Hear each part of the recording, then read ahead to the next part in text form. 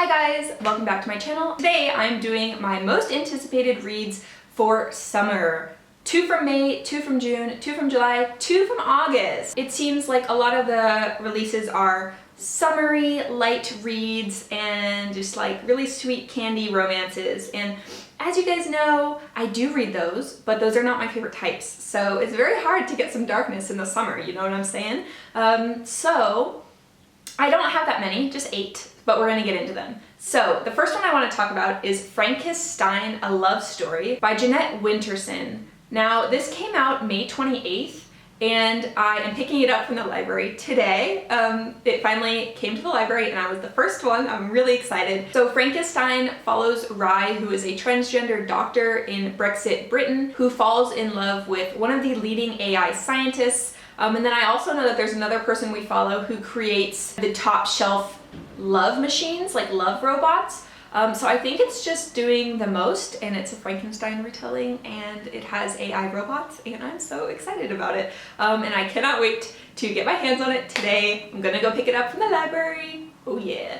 Okay, the next book I want to talk about that was out May 30th is Salt Slow by Julia Armfield. So all I know about this is that it's a collection of very dark short stories about women, and that the cover is gorgeous. So I'm really hoping to be able to check this out from my library and see if I like it, and if I do, I will buy it immediately. If you've read this, let me know. I've seen it floating around a lot from some of the UK booktubers that I really love, Simon and Jen Campbell, and maybe Mercedes, I'm not sure, and oh my gosh, I'm really excited about it. Then out June 6th was My Name is Monster by Katie Hale. This is another Frankenstein retelling where a woman wakes up from the Arctic vault in which she was in when the bombs fell and diseases spread. She wakes up and she is alone in the world. And when her body washes up on the shores of Scotland,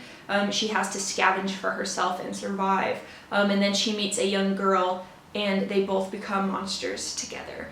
So I think this is really dark, really gritty. I really want to read it. It says that it is, it's a mashup of Robinson Crusoe and Frankenstein, which I'm here for. I also really like the cover. I really hope it comes to my library, or I might request it or buy it. I'm not sure which one first. If you've read it, let me know what you thought. I am really dying to get to it. Well, I mean, I'm dying to get to all of these. That's why I'm letting you guys know. But yeah, I really want to read it. Then out June 25th, so very recently, was Wicked Fox by Kat Cho. This is following a gumiho, which is a nine-tailed fox from Korean folklore. And this takes place in Seoul. I believe it's a YA or young adult book.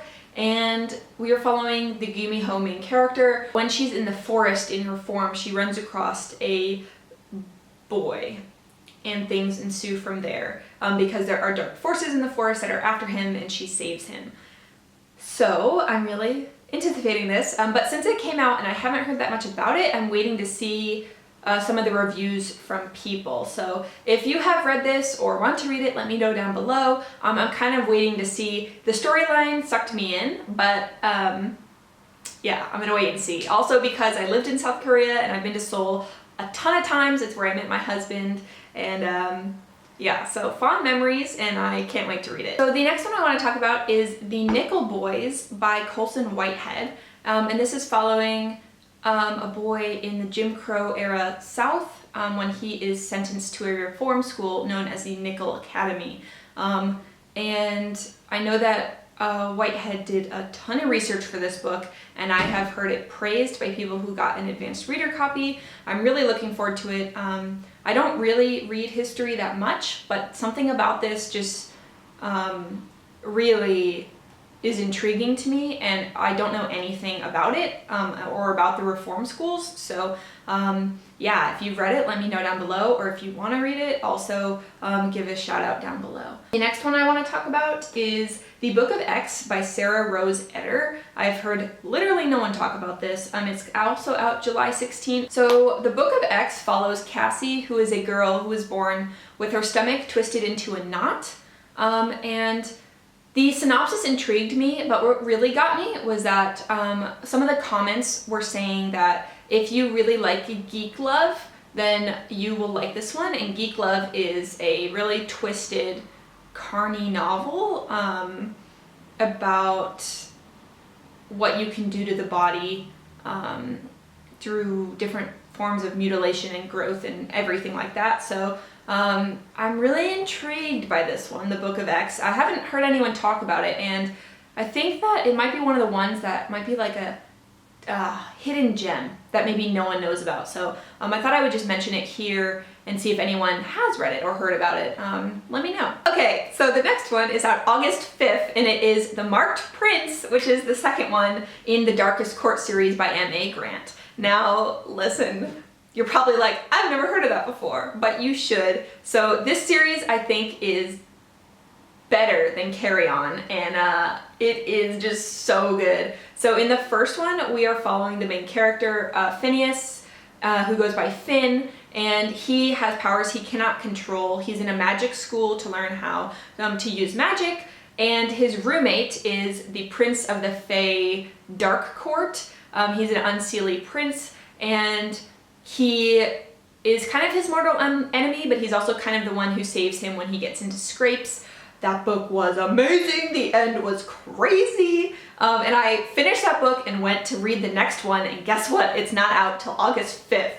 So I'm really highly anticipating The Marked Prince. I cannot recommend it enough, and I think shit is gonna go down, and I'm so excited. All right, so then the next one is really unconventional. If you don't know, I really love scuba diving, and I am a dive master. I have specialties in scientific diving, night diving, and underwater navigation, and also wreck diving. So I really, really love diving. And this book is Into the Planet, My Life as a Cave Diver by Jill Heinarth. So I don't know about Jill, but I am here for cave diving. I have done cavern diving, but not cave diving. The difference is cave means you go in and you cannot see a light out at the other side. So it is a highly technical form of diving. It requires a lot of training and extra oxygen tanks and ropes, and it's just full on.